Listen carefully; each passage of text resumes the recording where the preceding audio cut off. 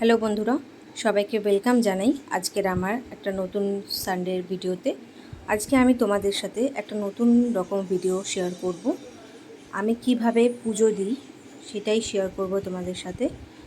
Actually আমার সকালবেলায় যখন আমি অফিস যাই তার আগে পুজো দেওয়ার ভিডিওটা আমি সেভাবে করতে পারি না, কারণ যেহেতু আমার তখন একটা তাড়া থাকে।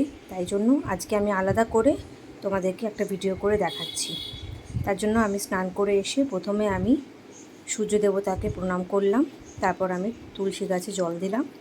চলো এবার পুজো স্টার্ট করব। বাবা সকালবেলায় কাজে যাওয়ার আগে গোপুসোনাদেরকে খাবার দিয়ে গেছে, তার জন্য ঘুম থেকে উঠেই গেছে গোপুসোনারা।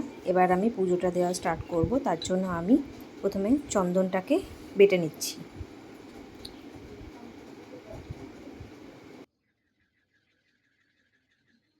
দেখো আমার চন্দন বাটা হয়ে গেছে, তোমাদেরকে দেখাচ্ছি। এবার আমি গোপুসোনাদেরকে এই বাটিটার মধ্যে নামিয়ে স্নান করাবো। প্রথমে এক এক করে তাদের জামাগুলো খুলিয়ে নিলাম, নিয়ে এবার আমি স্নান করাচ্ছি। স্নান করানোর জন্য প্রথমে আমি এক ঘটি জল ভরে নিয়েছি। এবার তুলসী পাতার মধ্যে চন্দন লাগালাম, আর একটুখানি ফুল নিয়ে তার মধ্যে চন্দন লাগিয়ে জলের মধ্যে দিয়ে দিলাম।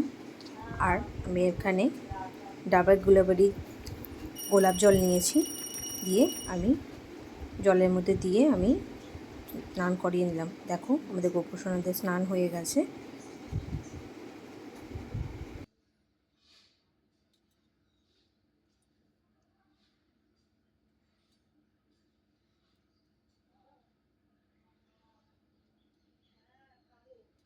এবার আমি ছোট্ট রুমালটা দিয়ে আমি ভালো করে গোপুসোনাদেরকে মুছিয়ে নিচ্ছি।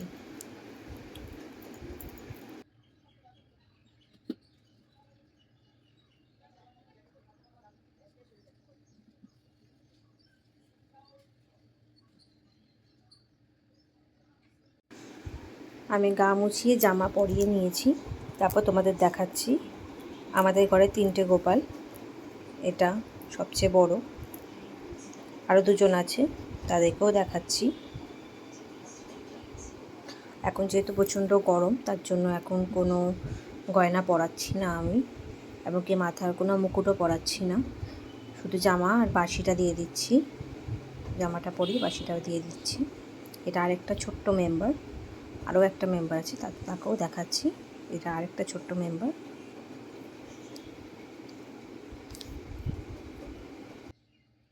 এবার আমি বাটির মধ্যে জল নিয়ে নিয়েছি, নিয়ে আমি সমস্ত ফটোগুলোকে ভালো করে মুছে নিচ্ছি।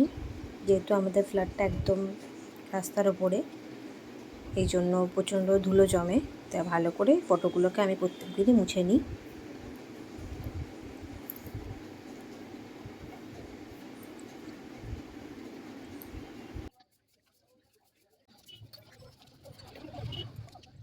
এবার আমার ঠাকুরের সব ফটোগুলোকে ভালো করে মুছিয়ে দিয়েছি। এবার আমি সব ঠাকুরদেরকে সিঁদুর পরিয়ে দেব। প্রথমে রাধাকে পরালাম, তারপর তোমাদের সিংহাসনের ভেতরটা দেখাতে পাচ্ছি না, ক্যাপচার হচ্ছে না। এবার আমি এখানে ভেতরে সিংহাসনের ভেতরে মা লক্ষ্মী আছে, তারপর কালী মা আছে, সবাইকে আমি সিঁদুর পরিয়ে দিলাম। আমি যে চন্দনটা বেটে রেখেছিলাম সেটার মধ্যে তুলসী পাতা দিয়ে আমি গুরুদেবের চরণে দেব, কৃষ্ণ ঠাকুরের চরণে দেব, গোপালের চরণে দেব। তোমাদের যদি আমাদের এই ভিডিওটা ভালো লাগে তাহলে প্লিজ বেশি বেশি করে লাইক করো আর আমাকে সাপোর্ট করতে থাকো। এবার আমি ঠাকুরদেরকে তিলক লাগাবো, তার জন্য আমি তিলকটাকে চন্দন বাটা একটুখানি ঘষে নিয়েছি। এবার আমি ছোটো ছোটো গোপুসোনাদেরকে দিয়ে তারপর রাধাকৃষ্ণকে দিলাম।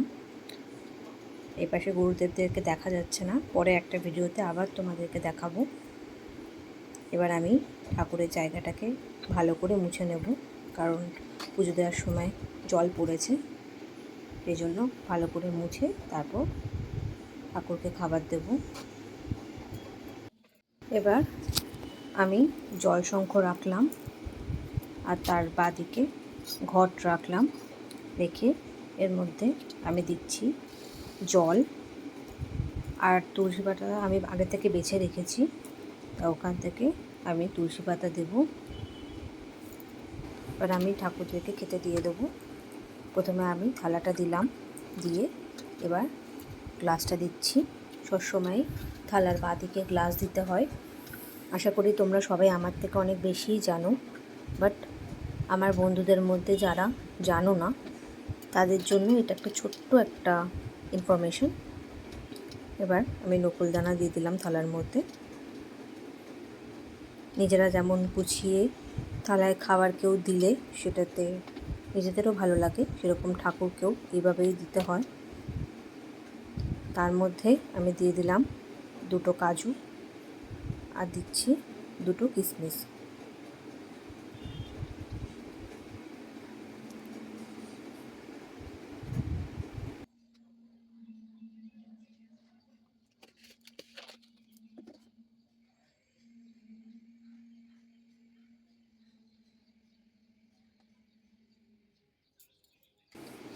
এবার আমি তার মধ্যে তুলসী পাতাগুলো দিয়ে দিলাম। এখানে শুধু গোপাল, রাধাকৃষ্ণ আর যেখানে গুরুদেব আছে সেখানেই আমি শুধুমাত্র তুলসী পাতা দিয়েছি, আর আরও 2টো থালার মধ্যে দিইনি, কারণ রাধাকৃষ্ণ, গোপালদের আর গুরুদেবের থালার মধ্যে তুলসী পাতা দেওয়াটা খুবই প্রয়োজন, তাই জন্য দিয়েছি। সব ঠাকুরকে খাবার দেওয়ার সময় তুলসী পাতা দিলে কিন্তু চলে না। এবার আমি আরতি করার জন্য প্রদীপটা জ্বালিয়ে নিয়েছি, আর আমি এই ধূপকাঠিটা জ্বালাবো। এটা ব্যারাকপুর থেকে আমার হাজব্যান্ড নিয়ে এসছে, স্মেলটাও খুব সুন্দর। এবার আমি চট করে ঠাকুরকে আরতি করে নেব।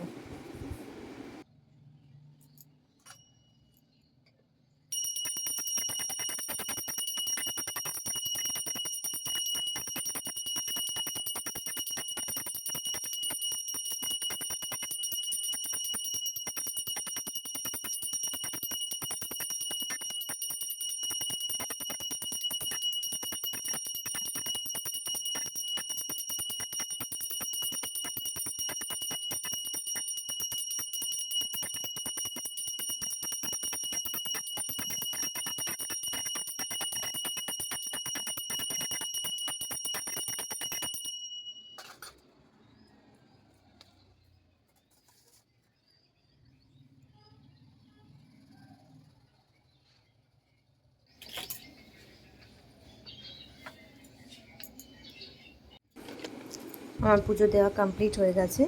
এবার আমি নকুলদানাটা একটা কৌটোর মধ্যে ভরে রাখবো।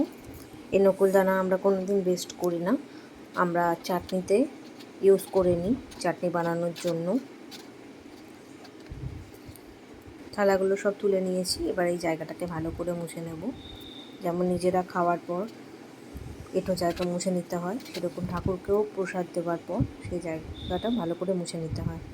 আমি কিভাবে ঠাকুর পুজো দিই সেটা তোমাদের সাথে শেয়ার করলাম। তোমাদের যদি এই ভিডিওটা ভালো লাগে লাইক, শেয়ার, কমেন্ট করবে, আর আমার চ্যানেলটাকে সাবস্ক্রাইব করবে। প্লিজ আমাকে সাপোর্ট করবে, আমাকে ভালোবাসা দেবে। Thank you.